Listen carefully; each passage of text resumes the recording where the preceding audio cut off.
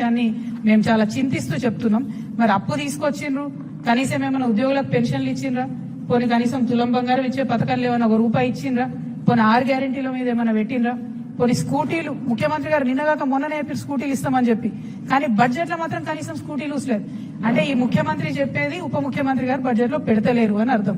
మరి వాళ్ళిద్దరికి శృతి లేదు మతి లేని వ్యవహారమా, లేదా రాష్ట్రాన్ని ఎట్లా పరిపాలించాలో అర్థం కాని వ్యవహారమా, లేదా రాహుల్ గాంధీ గారు ఆడ కాన్స్టిట్యూషన్ పట్టుకొని ఫేకినట్టు ఇక్కడ బట్టి గారు అసెంబ్లీలో బడ్జెట్ లో ఫేకినరా అన్న విషయం మాత్రం తెలంగాణ ప్రజలు ఆలోచించేటటువంటి సందర్భం. మీ అందరికీ తెలిసిన విషయమే. మరి ఉద్యోగాలకు సంబంధించి మేము డిమాండ్ చేస్తూ వచ్చినాం. ఖచ్చితంగా మీరు ఉద్యోగులకు సంబంధించి 2 లక్షల ఉద్యోగాలు ఇస్తామని చెప్పిండ్రు. వాటికి సంబంధించి డబ్బులు రిలీజ్ చేయండి, వాటికి సంబంధించి బడ్జెట్ పెట్టండి అని చెప్పినాం. కానీ రాష్ట్ర ప్రభుత్వం కనీసం దాని మీద శ్రద్ధ పెడతలేదు. సో ఈ రోజు ఒక సర్వే వచ్చిందండి.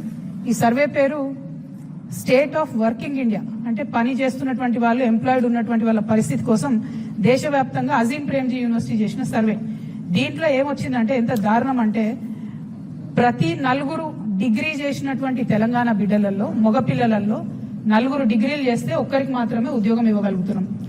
ఆడపిల్లలలో డిగ్రీ చేసిన 2 ఆడపిల్లల్లో ఒక్కరికి మాత్రమే ఉద్యోగం ఇవ్వగలుగుతున్నాం.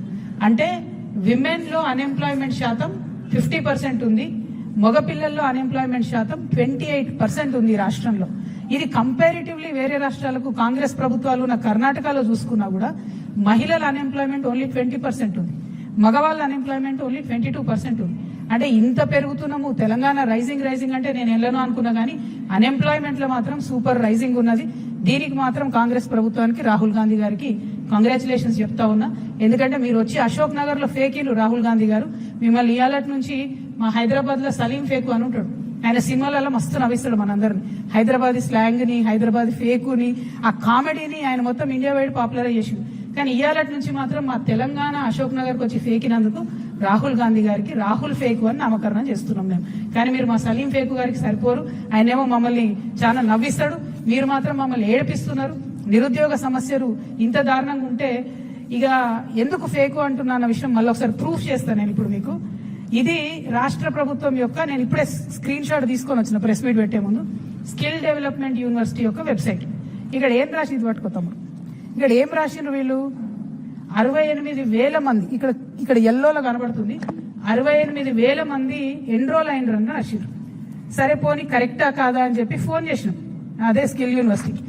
వాళ్ళు చెప్తున్న లెక్కలేంది, 920 మంది మాత్రమే ఎన్రోల్ అయినరని యూనివర్సిటీ వాళ్ళు చెప్తున్నారు. వెబ్సైట్ లో ఈ బట్టి గారి ఫేకుడు ప్రచారం ఏంది అని అంటే, ఎందుకు బట్టి గారి పేరు చెప్తున్నా అంటే, ఈయన 3 పారాగ్రాఫ్లు చెప్పారు ఈ రోజు బడ్జెట్ లో బట్టి గారు. స్కిల్ యూనివర్సిటీ ఇట్లా, స్కిల్ యూనివర్సిటీ అట్లా, దీనివల్ల ఇట్లయితుంది అట్లయితుంది అని చెప్తే నేను ఎంతగానో పైసలు ఇచ్చిండో బట్టి గారు అనుకున్నా. ఉట్టి మాటలే, ₹1 కూడా ఇలా స్కిల్ యూనివర్సిటీకి. అక్కడ స్కిల్ యూనివర్సిటీలో పనిచేసే వాళ్ళే చెప్తున్నారు మాకు డబ్బులు లేవు, చాలా దారుణమైన పరిస్థితి ఉంది కాబట్టి ఇట్లా ఫేక్తున్నామని చెప్తున్నారు. నేను డిమాండ్ చేస్తున్నా, రాష్ట్ర ప్రభుత్వం ఈ మిస్లీడింగ్ ఇన్ఫర్మేషన్ తొలగించాలి ఈ వెబ్సైట్ నుంచి. 68,000 people are not enrolled in skill university. Only 920 people are enrolled.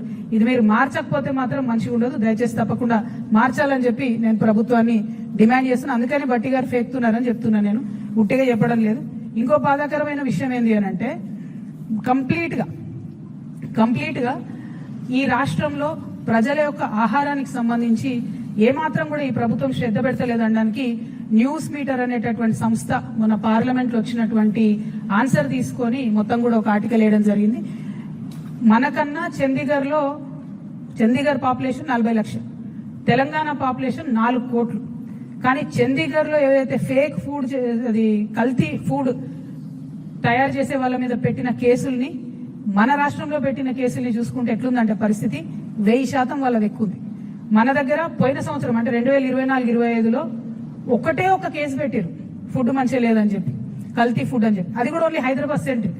నేను ఇవాళ ప్రభుత్వాన్ని డిమాండ్ చేస్తున్నా, హైదరాబాద్ సెంట్రిక్ కాదు, తెలంగాణ వ్యాప్తంగా కల్తీ జరుగుతుంది. అది నూనె కావచ్చు, పప్పు కావచ్చు, ఉప్పు కావచ్చు, కారం పొడి కావచ్చు, పసుపు కావచ్చు. ప్రజల ఆరోగ్యంతో